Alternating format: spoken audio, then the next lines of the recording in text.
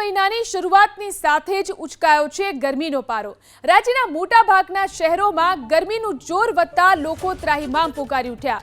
તેમાં પણ મંગળવારે અમદાવાદમાં સિઝનનો સૌથી વધુ 41 ડિગ્રી તાપમાન નોંધાયું। આજે પણ અમદાવાદમાં ગરમીનો પારો 42 ડિગ્રીની આસપાસ રહે તેવી શક્યતા છે।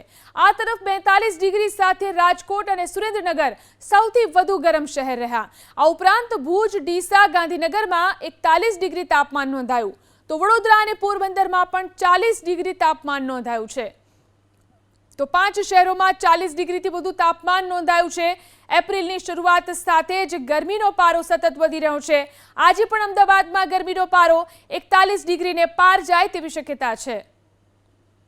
તેમાં પણ મંગળવારે અમદાવાદમાં સિઝનનો સૌથી વધુ 41 ડિગ્રી તાપમાન નોંધાયું। આજે પણ અમદાવાદમાં ગરમીનો પારો 42 ડિગ્રીની આસપાસ રહે તેવી શક્યતા છે।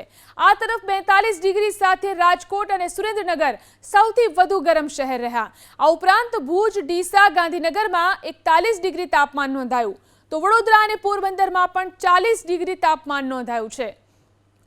તો 5 શહેરોમાં 40 ડિગ્રીથી વધુ તાપમાન નોંધાયું છે। એપ્રિલની શરૂઆત સાથે જ ગરમીનો પારો સતત વધી રહ્યો છે।